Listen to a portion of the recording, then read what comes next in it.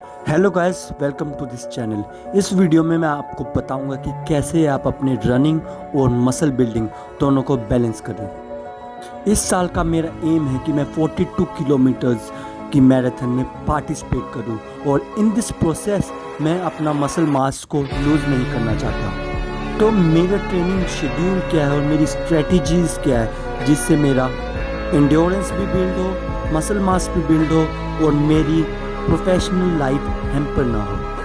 अगर आप मेरे चैनल में नए हैं तो प्लीज़ मेरे चैनल को सब्सक्राइब कीजिए। लास्ट संडे मैंने फर्स्ट टाइम अपना 30 किलोमीटर कंप्लीट किया। तो चलो इस वीक की जर्नी हम स्टार्ट करें।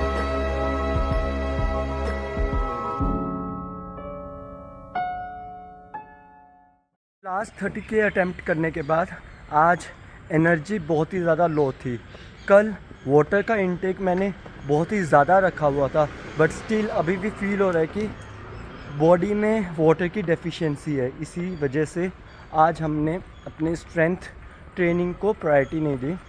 आज स्टार्टिंग करी हमने वही लो इंटेंसिव वर्कआउट और जिसमें हमने स्ट्रेचिंग करी, जिसकी वजह से लेग्स में हमारा अच्छा ब्लड फ्लो आ गया है। और स्ट्रेचिंग बहुत ही ज़्यादा बेनिफिशियल है आपके परफॉर्मेंस के लिए भी। अब स्ट्रेचिंग के बाद हमने करा अपना कोर का वर्कआउट। कोर में हमने अपने एब्स को बेसिकली ट्रेन करा। अब जो हमारा कोर का स्ट्रॉन्ग होना बहुत ही ज़्यादा नेसेसरी है किसी भी एक्टिविटी में, चाहे वो आपकी स्ट्रेंथ ट्रेनिंग हो या फिर रनिंग में हो। रनिंग में ये बेनिफिशियल इसीलिए है कि जब आपका कोर स्ट्रॉन्ग होगा तो आपका पोस्चर भी स्ट्रॉन्ग होगा और कोर से आपका हिप्स जॉइंट होता है, जिसकी वजह से आपको वहाँ से स्ट्रेंथ भी मिलेगी। जैसे कि मैंने अभी आपको शेयर किया कि मेरी रिकवरी पूरी अच्छी तरह से नहीं हो पाई, तो इसलिए मैंने प्रेफरेंस फर्स्ट अपने स्ट्रेचिंग को दी। Stretching is vital part of your training programme.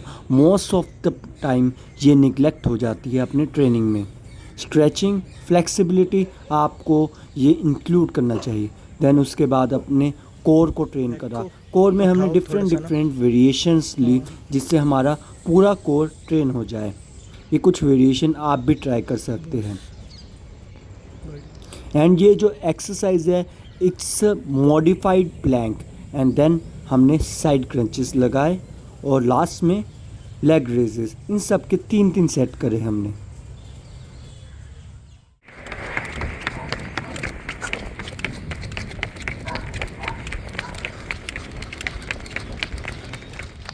Day 2 हमने अपना स्पीड ट्रेनिंग से स्टार्ट किया। देन विदाउट वेस्टिंग टाइम हमने पुल वर्कआउट करा जिसमें हमने अपने बैक को ट्रेन करा है। मसल अप करना मेरा हमेशा एक सपना था और आज वो मैंने अचीव कर लिया है। इसके बाद हमने डिफरेंट ग्रिप से स्लो फॉर्म में पुल अप्स करे, जिसकी वजह से हमारा पूरा मसल स्ट्रेच हुआ और मसल फाइबर भी पूरी अच्छी तरह से एक्टिवेट हो पाया। इसमें प्रायोरिटी हमारी रेपिटेशंस नहीं थी, इसमें मैक्सिमम टू मैक्सिमम एंगेजमेंट का फोकस था और इसीलिए हमारा मैक्सिमम रैप रेंज 6 था। ये पुलअप्स की वेरिएशन करने के बाद हमने आज का ट्रेनिंग सेशन कंप्लीट किया।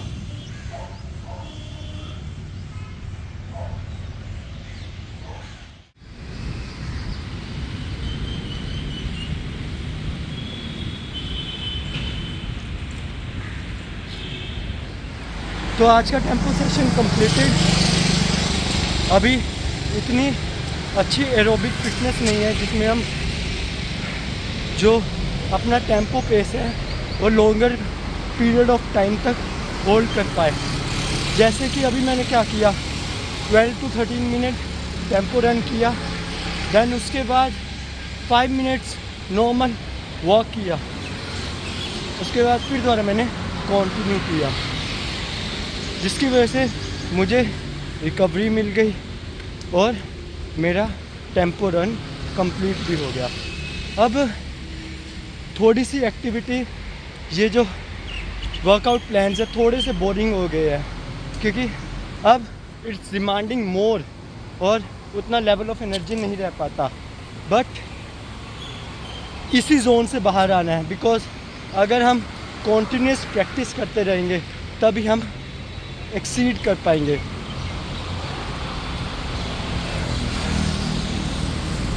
कुछ लेवल के बाद हर एक एक्टिविटी बोरिंग हो जाती है, चाहे आप उसे कितने पैशनेटली क्यों ना कर रहे हो, वो एक टाइम पे बोरिंग हो जाती है।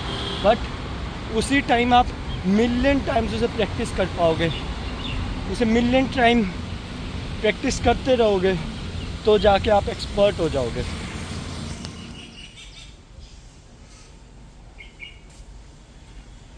अपना टेम्पो वर्कआउट करने के बाद हमने अपने लेग्स को ट्रेन करा। इसमें आज हमारी प्रेफरेंस मूवमेंट थी, जिसके लिए हमने अपने लंजेस में प्रेफरेंस दी।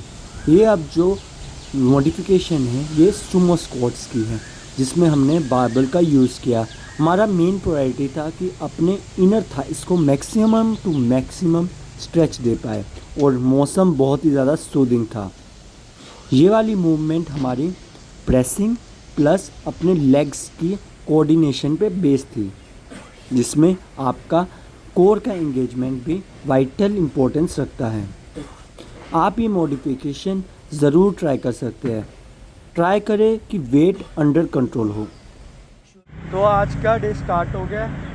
तो हमने ऑलमोस्ट 47 मिनट्स तक वॉक कर लिया, और not all your days are training days. तो आज नॉर्मल वॉक करेंगे, रिलैक्स करेंगे, और इट्स ब्रीजिंग। तो जो अभी नहीं उठे हैं तो वो नेचर का फ़ायदा नहीं ले पाएंगे। तो उठिए, वॉक करिए, रन करिए, जो भी आपकी बॉडी अलाउ करती है उसे करिए।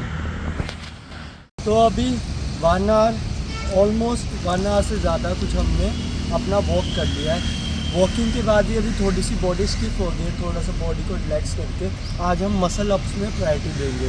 मसल अप में हम ऐसे करेंगे, सबसे पहले हम मसल अप्स जितने होते हैं 4 से 5 हम मसल अप्स के सेट्स लगाएंगे, क्योंकि अभी हमें ये मूवमेंट सीख रहे हैं।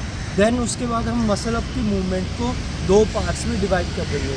जो फर्स्ट मूवमेंट होगा वो होगा पुलिंग वाला, जिसमें हम पुल करेंगे अपनी बॉडी को ऊपर की तरफ, कि हम 3 से 4 सेट लगा लेंगे। देन उसके बाद जो दूसरी मूवमेंट होती है वो पुश वाली होती है। देन उसके बाद हम अपनी पुशिंग में प्रायोरिटी देंगे।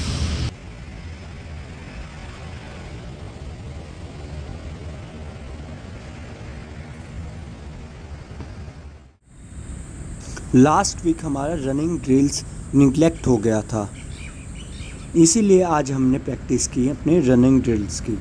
जैसे कि I am practicing by myself, तो यूट्यूब की वीडियोस देख के I am practicing this skills.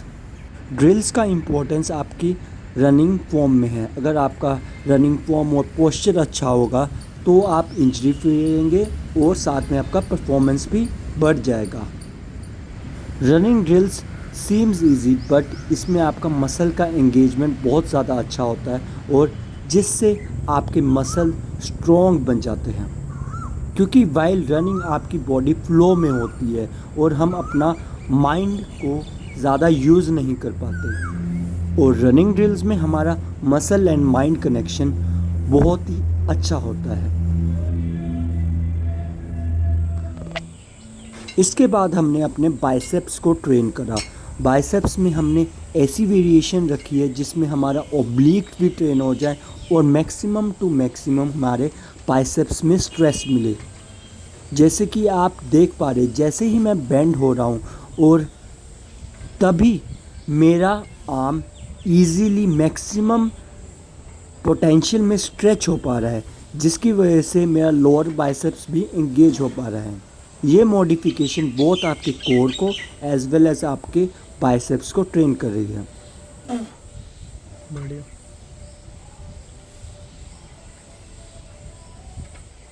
बढ़िया।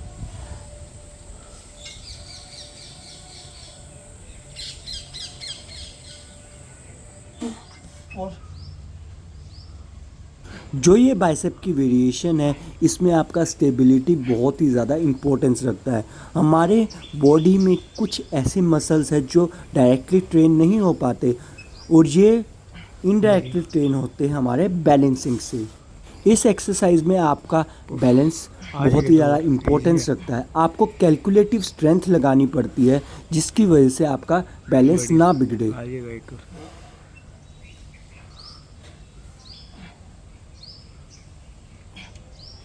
आज का डे था हमारा हिल्स में रन करने का। तो अभी 4:18 हो गए और हम फन रिपब्लिक, जहां हमारा डेस्टिनेशन पॉइंट था मिलने का, वहां पहुंच गए।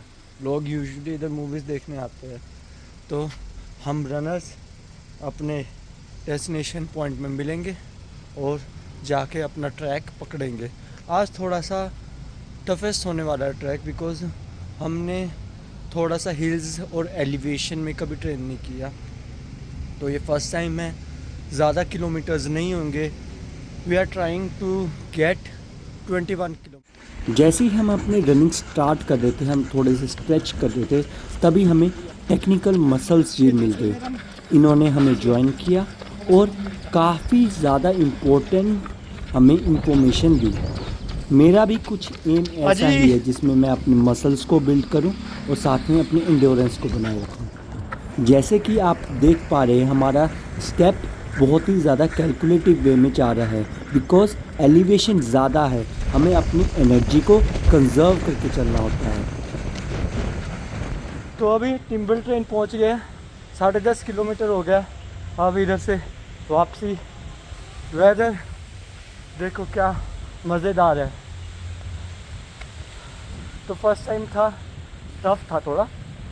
चलो अब जाते वक्त डिक्लाइन ट्रैक मिलेगा।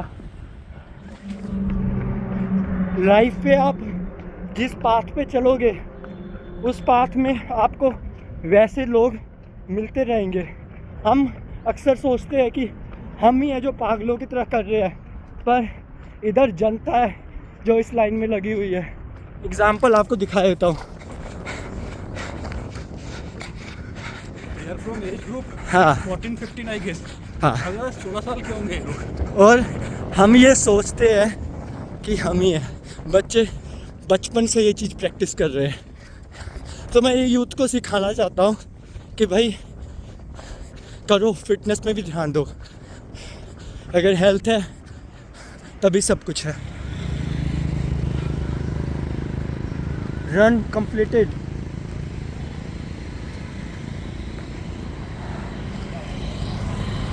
आज का ट्रैक थोड़ा सा मुश्किल था हमारे लिए, क्योंकि फर्स्ट टाइम था जब हमने थोड़ी हिल्स में रनिंग करी है।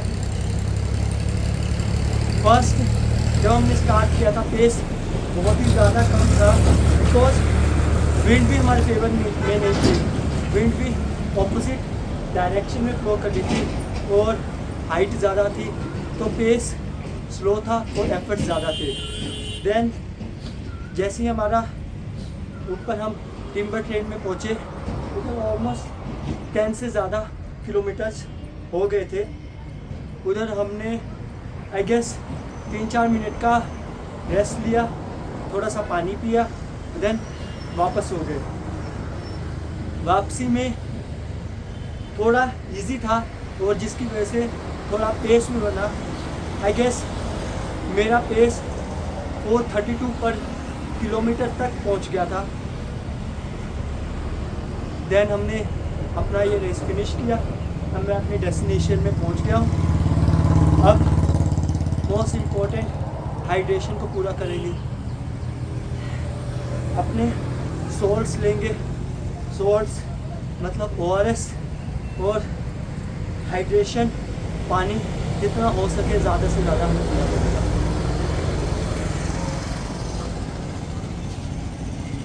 हर रन आपको कुछ ना कुछ लेसन्स देता है। आज के रन में मैंने सीखा कैसे आपको जोन 2 में रन करना चाहिए।